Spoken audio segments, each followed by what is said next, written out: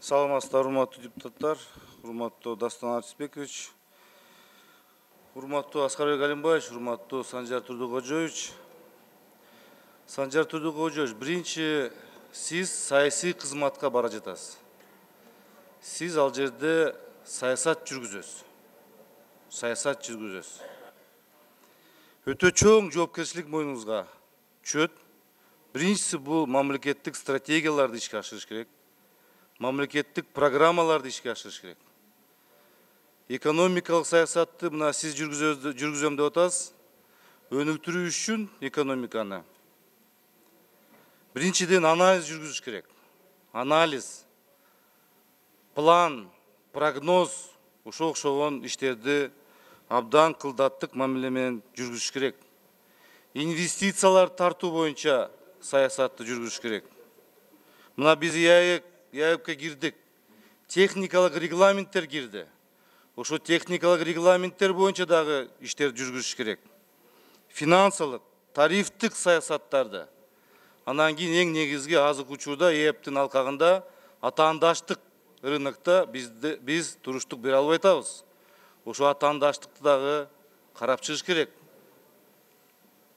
Эми бюджеттин кирешеси боюнча салыктар жөнүндө, салыктар эмес жөнүндө саясатты кайрадан карап чыгыш керек. Кандай биздин акыбалыбыз? Мен сизге дагы айтып кетким келет, мына маалымат технологиялык комитет ачтык. Ошо комитеттин саясаты мен түшүнбөй атам. Эмне саясат жүргүзүп атат? Кандай мамлекетке, кандай экономикага жардам берип атат деп мен эч мындай байкаган жокмун.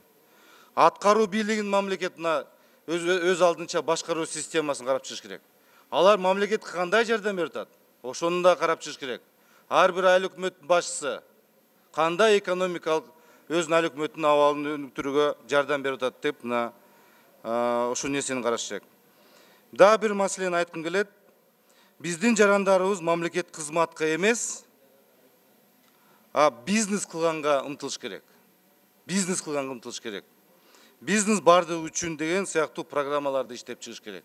Мына ошол нерсени эгерде аткарсаңыз, эгерде ар бир жараныбызды биз салык төлөөчүнү кылсак, анда ошондой экономикабызды көтөрөбүз. Мен кечээ айтып кеттим, биз айыл өкмөттөрдү дотациядан чыгаруу боюнча конкреттүү түрдө эки сунушту бердим. Айыл чарба багытындагы дагы токой чарба боюнча багытында сунуштар бердим. Ошол жагынан караңыз. Анан кийинки маселе, сиз кабинетте отура бербей, ата мекендик өндүрүшчүлөрдү карап чыгыңыз. Барып көчөгө чыгып, канча завод, фабрикалар иштеп атат, канча иштебей атат, ошонун баарын анализ жүргүзүп, кандай жардам берсек, кандай жактан биз мыйзам жагынан, финанс жагынан жардам бере алабыз деп анализ жүргүзсөңөр